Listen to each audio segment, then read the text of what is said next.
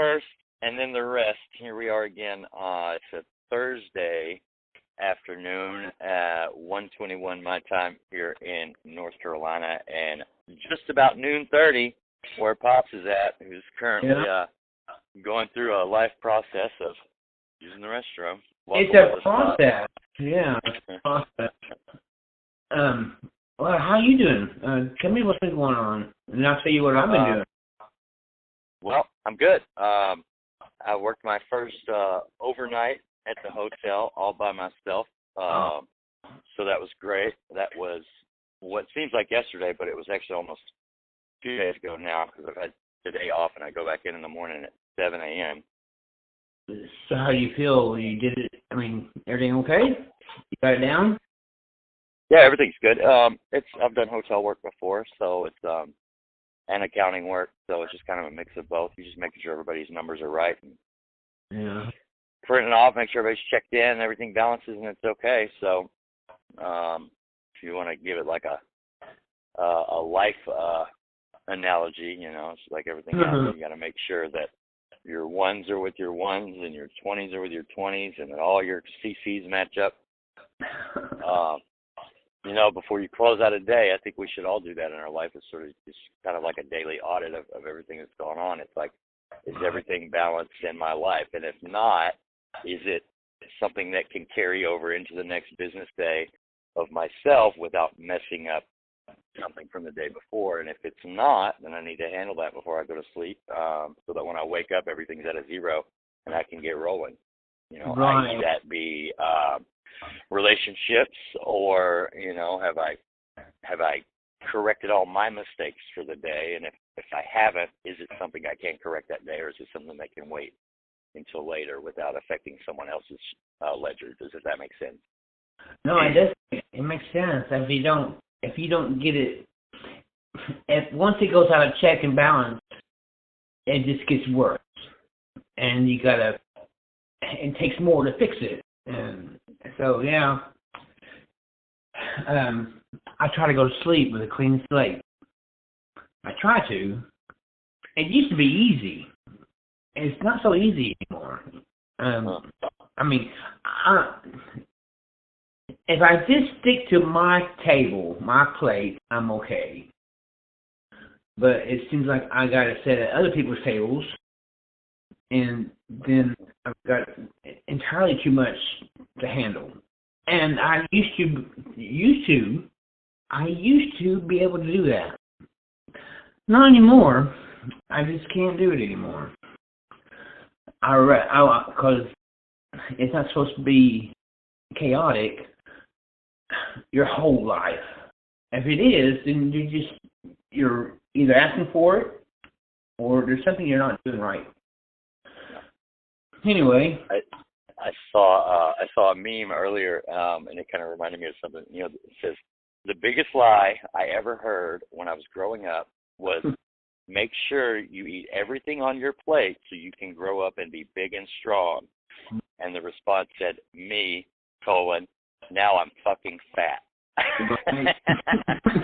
So, like, when I sit down to eat, whether it's a literal meal or I'm taking in information for a course I'm studying, or I'm in a relationship and I'm having conversations with someone about their life, I don't have to eat everything on that plate. I can eat a portion that's correct for me, and no one else has the right or the ability to tell me how much is too much. Self-care is really big, and if it's too much for me and I'm still consuming it, then I'm going to have digestion problems. I'm going to have emotional problems. There's all of these problems that pile up. So sometimes if what's going on with me is not right or doesn't feel okay, maybe I need to look at the portion size of not only the food I'm eating, but the relationships I'm in. Am I giving enough time to digest and process all those things? And if it's too much, if I've got too much on my plate, am I unpacking it to figure out why it's too much? So many times we go through life blinded because we feel like it's our job to finish what other people can't, and that's simply not the case. That's true. My grandmother would, I grew up with her for a little bit, and she would, prepare breakfast, lunch and dinner, and then fix our plates. And our plates look like hers. It had sideboards on it. It's like, we're supposed to eat all this, and we had to eat all of it before we got up. And, I mean, it's like, this is, I'm 12 years old, Mom. I got 2 hamburgers here. That's a lot of food. But that was her rule. Apparently, she was all-knowing about dietary developments of people, and 3 hamburgers and fries and a hot dog and chili on it. That's what you need. that's for lunch. Yeah. Right. Well, so back to your job thing. So the company you're with, is it owned by a certain group? Is it a hospitality group, or is it independent with the name of the what is it, part of the days? So the hotel's franchised, and there is a company that we're under its umbrella, and they own a few more properties. We're getting ready to open up another property, but they're all under the Choice Hotel brand as a whole. Now, it's not Choice Hotels isn't the company I'm under, but the company I'm under has franchised through the Choice Hotel brand. So I work at one Choice Hotel property. We're getting ready to open another under the same umbrella, but it's a different hotel. So there's some leeway, and things can be done. It's got their own personal touch, but generally we're under that brand, and anything that's branded, there's a certain way that things are done. For instance, I went to Paul Mitchell for hair school, and Paul Mitchell has its own company brand. So if things are done a certain way, all the way from how you greet the customer to how you finish up their stay, it's all sort of got a script that you want to go by. Now you can add your little personal touches in there. But yeah, so I don't even know if I answered your question. No, you did. Okay, when I was married to a lady, and we had an investment buffer account, and we decided to buy like a Days Inn, and not build a new building, but take an existing building, a Days Inn, and we would upgrade it to a Hampton Inn. My last project was in Casper, Wyoming. Oh my God! Right. When I went into Casper, we bought the property, and we seen it through the realtors and through the investment company, and so we made the purchase. And then someone had to go and oversee the upgrade to do a complete makeover.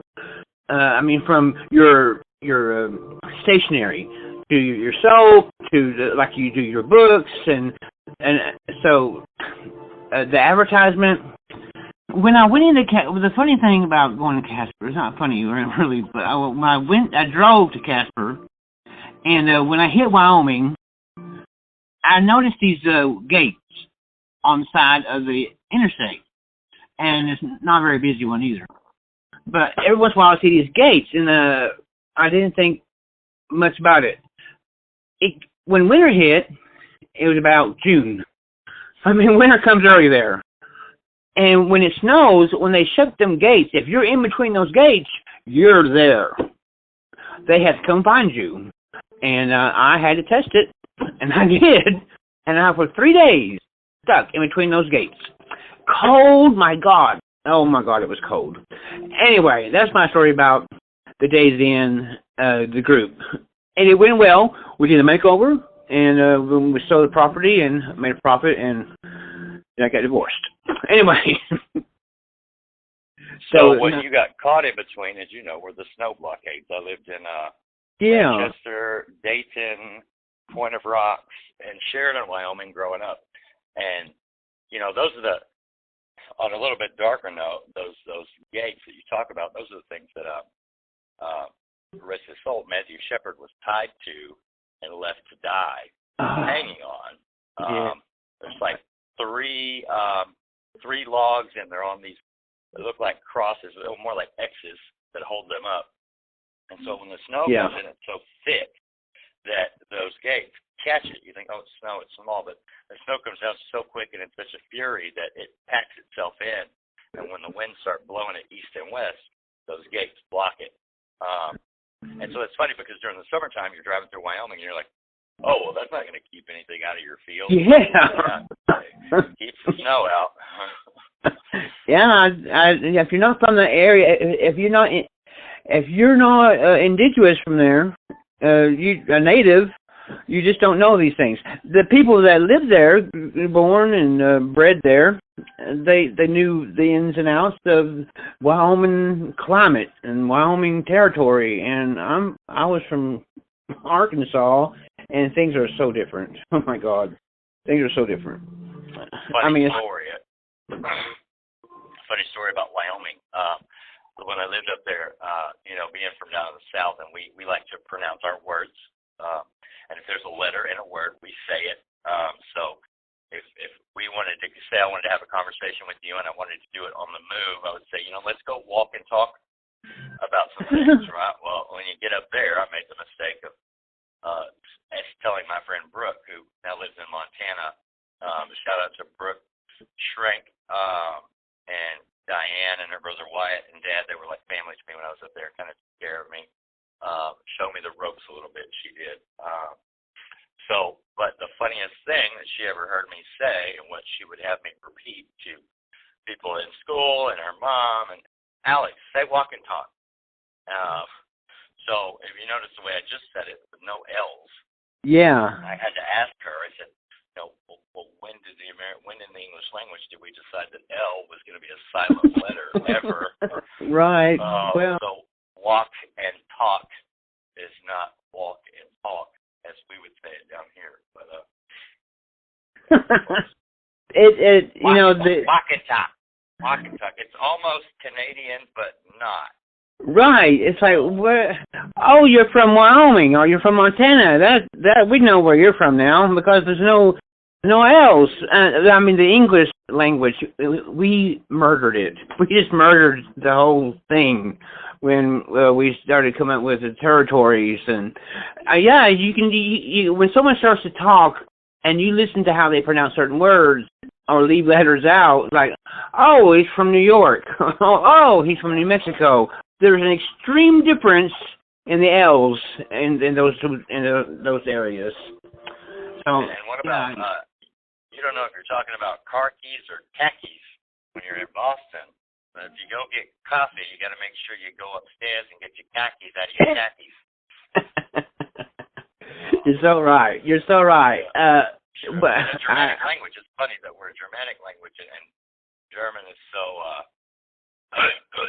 very right, grunty and masculine.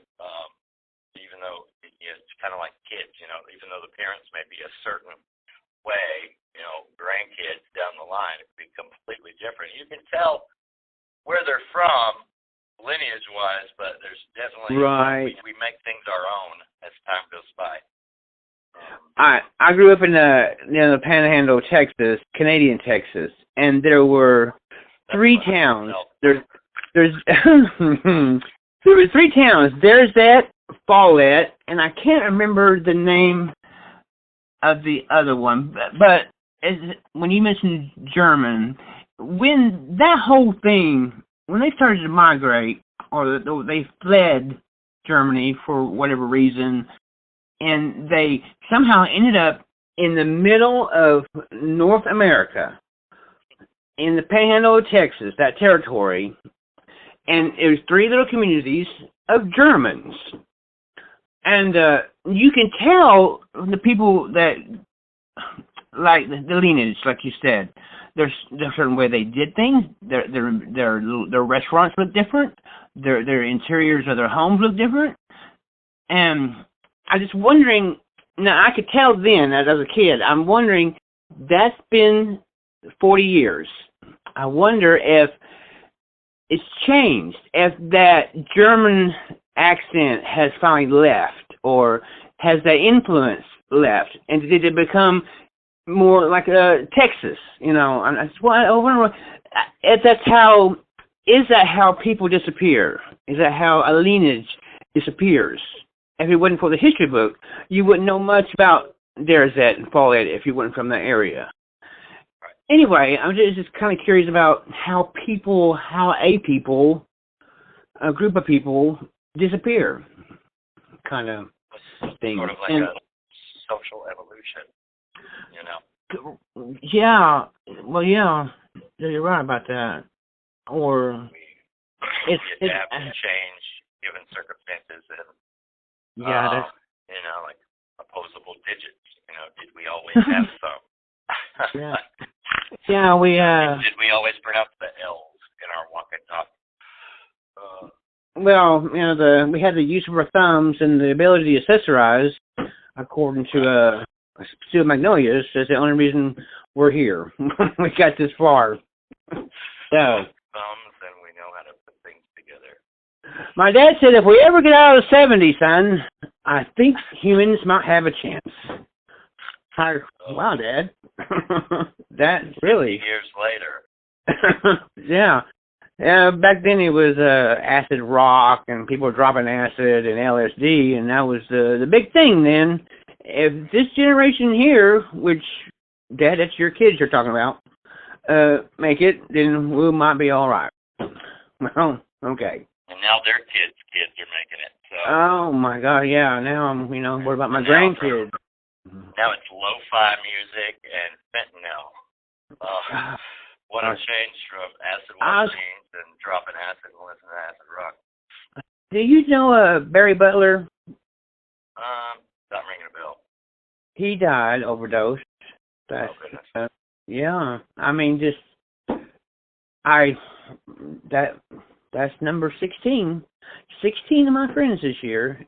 This year, I've lost on that fentanyl. When it comes to overdose, a lot, drugs, and it's just the whole epidemic is superstition. A lot of times, when I hear that someone overdosed, the first question in my mind is, I wonder if they were underdosed on good parenting and love from the family. And this is not a burn on anybody out there raising kids today, but I wouldn't say I had the best parents, but I definitely didn't have the worst, and I had a lot of great parents in my life, and I'm no stranger to a fun night out, and maybe even a week-long party session from time to time growing up, but I don't think I ever, overdose was never something that I was scared of, but it's also, I think I had an overdosing, or maybe just the right amount of love and people in my life that wanted to see me do okay. And I can't tell you, because I haven't lived another way, how much different it would have been, or if I would have even made it, if things would have been just a hair different, and I come from 9 children total. Yeah. And I had it different than they did, but one thing that we shared was family that cared about us and that was active in our lives, and wanted to see us okay. We all had good grandparents, and that was a big part of the family structure was, going to Mama's or we're going to Grandma's on Sunday, and everybody's going to be together, and your cousins will be there, and this and that. And I just think there's something to be said about the amount of time that we give to the younger generation as far as pouring into them and not trying to change them, but just giving them reminders and being a part of what they're interested in. It's not the same as it was. Yeah, the music is different, and I just honestly can't stand some of the new music, but that's not for me to change. Well, my job as a human now is to give love and tolerance and understanding to the new generation and show interest in the fact that they are interested in something.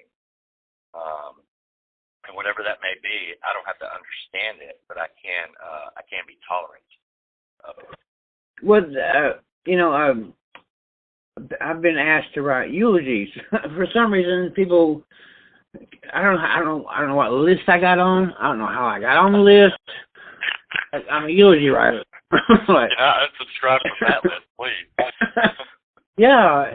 So Barry, when he passed away, and now as I don't know what happened.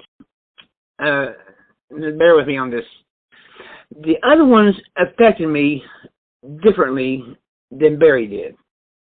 The other ones, I was so saddened and angry at the drug, at the drug, not the people. But I didn't have any sympathy for the people that overdosed. Because I would say they knew the risk. They know about it. They read about it. They see it all around them. They know the risk, and they died. Overdosed. And but Barry, it was like, here's what the eulogy said.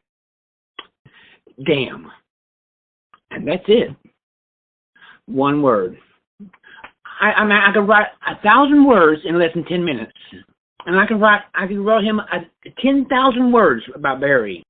But I gave him just one because he and I talked before all this happened. He was on the road of recovery. He gaining weight. He was going to the gym. He was being a mentor. And I thought he was off of it. I thought he made it out. He's still alive. But then you get that message on Facebook Messenger sent out to 30 others. Barry just died. Overdose. And so I'm like, keep reading, and I read it, and I read it, and I read it, and I'll walk around for a little bit, and I come back and I read it again. And I was like, inside of me, is me and Barry having a conversation. Why, Barry? Well, I mean, you were doing so great. You finished college. You got your degree 4 months ago. For fuck's sake, you did all of this, and I guess you thought, or something. Why, Barry? Why did you do it? Why did you stick the needle in your arm? Because, of course, he's not here to answer, but I know the answer he would give me, and I'm an addict. That's all he would say. That's all he would say. And people fall back on it, and that's it. I'm an addict. I robbed you because I'm an addict. I cussed you out the other day because I'm an addict. And they fall back on that, and everything's okay, and they go AA to NA for a little bit, and everything's washed clean. And anyway, John, you know me in AA, and I don't agree with all that. I don't. I'm glad it's there, but anyway. There's a great piece of literature.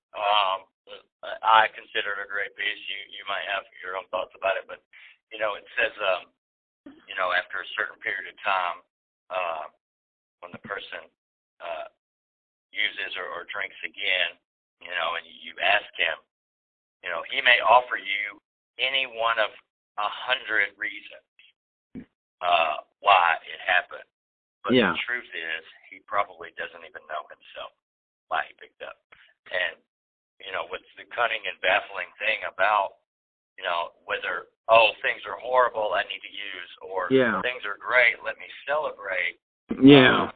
The trickery that goes on with addiction in the brain is like, take Barry's case, for instance, or even me in the past, it's like, I've done all these things that I never could have done if I hadn't gotten sober. So, obviously, I can do it again.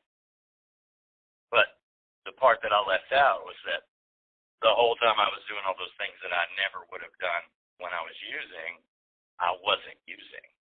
So the idea that, I can use now that I've completed all these things, well, here's what I forgot is that life's not over. I've still got things I need to do. And if I reintroduce the one thing that kept me from doing all of those things without some significant psychic change, then I'm going to be right back where I started.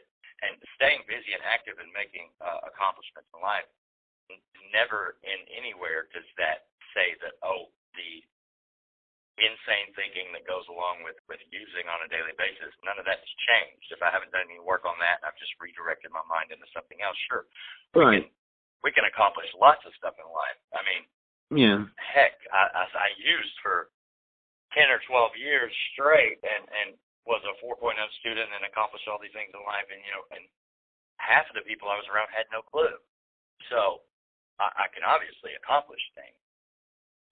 So if you take the drugs away, then I've got double my time to accomplish things. So things might be great, but I never worked on me. And that was the big change at around 32 is, I decided now it's time to work on me. Yeah, it was, when you hit 32, it was so profound. I mean, you took on a whole, there was a huge difference in you. Like the number 32. I refer back to Jesus Christ, at 32, and it just, when you hit 32, you completely did. It was like watching a butterfly. I mean, as weak as that sounds, not weak, but I mean, it's like a butterfly. Was being born, and well, nobody removed my cocoon for me, so I spent the last 12 years, from like 20 to 32, like slowly beating my way out of this chrysalis that I had made myself, and if someone had removed the bandages and kept on unwrapping that thing for me, hell, I would have come out and I would have just fucking fall over dead. But I had spent years beating the sides of this coffin I thought it was going to be that I had built around myself. It turns out it was just a cocoon. Yeah, I know. Before 32, of course, my life and I know your life, and you knew there was better, and you were a trooper, and you disappear, and I thought, Haley's comment, and he'll come back around. It always comes back around, and you would, and you tell me some wonderful adventures and things that I would never get the chance to see, to experience, to hear, and the emotions, to feel, and look at you now, Some people that are listening to the podcast, like, he's a night auditor. Well, to me, you just have to know the travel. You have to know what it took for him to get there. And I'm just so damn proud of him. I am. Like someone walked across the stage with a PhD. So, I've berated you 4 times already on the air, so. But, I don't know, maybe one time I won't. Yeah. Well, and I think I appreciate it every time I hear it, and I have to give credit where credit is due. I've got people that I believed in me my whole life, but there are a few that really have made a difference, and my mom and grandma, I love them to death, and all of my my immediate family, but I want to extend the mention to the people like you, people that didn't have to be in my life. And when I say have to, family can choose to leave, but the people who chose to be a part of my life, even though we weren't, connected through blood or adoption. And you guys, specifically, that stuck around and kept saying, "Don't give up. You can do it." Now, I don't think give up was in my vocabulary, and so that probably had a lot to do with it. But to be reminded that there was more, and that just hang on, And you touched on a Christ comparison. All those Sunday mornings that I was in church, and that I was in Sunday school, and that I was at youth camp and some Bible camp for kids. There are good messages in that book, and there are good messages in a lot of books. But the theme that I think I picked up and that ingrained itself in me so deeply was that there will be a moment in life when it will be life or death. Yes. And in that moment, am I going to emerge lighter and brighter and more, enlightened and than before, or am I going to just hang on my own cross and I'm not going to look over and I'm not going to say, oh, I get it.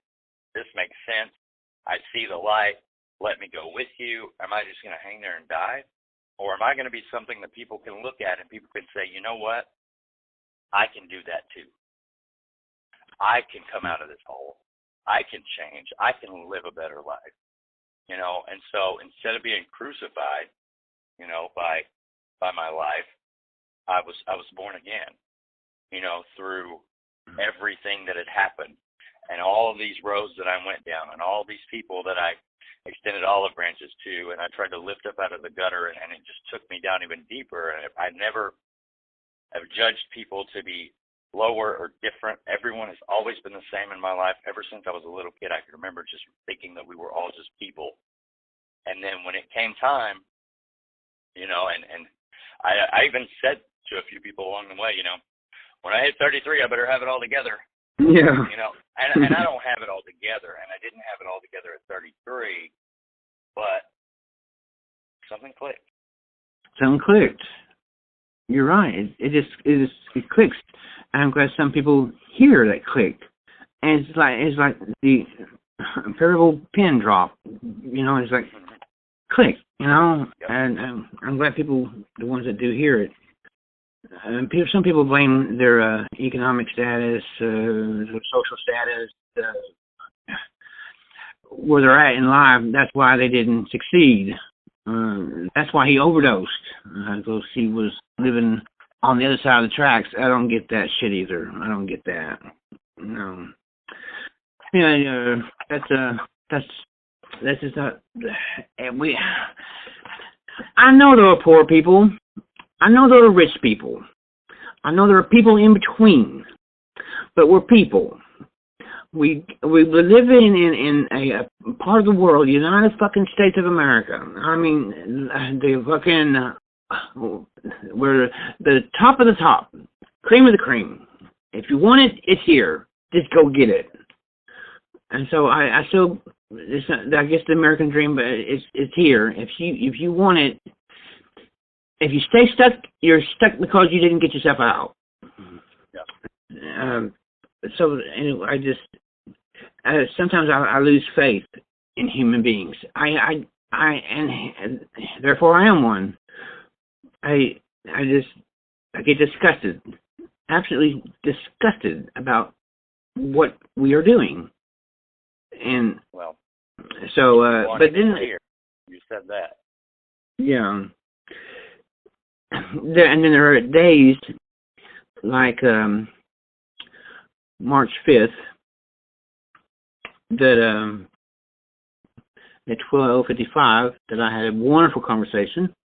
Got some things thought about as I was talking, things I need to take care of, and things are really, absolutely, really, really great. I when I read people that send me emails, I get so many emails of just, they're so sad. But then when I go to look at that person closely, I had to send one back. It's like, you do better than you think you are. I don't think you realize this. And sometimes that's all I had to say to them. It's like, you're doing better than you think you are. And let them chew on that for a little bit. And what's he seeing? Well, anyway, they're too close to the fire. Too close to it. Well, what do you got planned on today? What are you going to do tonight? Well, I got to be working at 7, so I'll probably be in bed by 8, because 7 o'clock is early. I'm going to try to get up at 5 and go to the gym, maybe.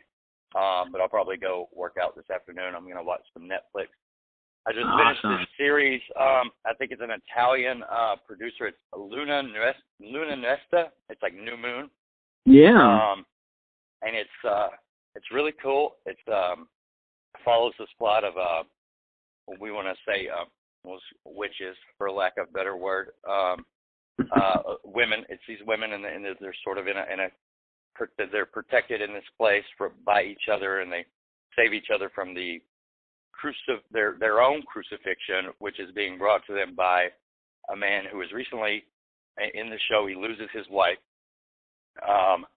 and God has forsaken me, but they're on this conquest, and they're believers, but they're led by this priest, sort of a puppeteer in the background, who is also using magic, the witch's magic, actually. And it's just funny to see these men fighting for this cause, using the same quote-unquote evil that they're trying to persecute, but turning a blind eye because it's wrapped up in robes of a priest who wears a cross. Wow. So, it's a good watch. You should check it out. There's only one season out now, and I can't wait till the second one comes out. But yeah, I'm just going to be vegging, eating and drinking and being merry. And when I say drinking, probably tonight I just mean water.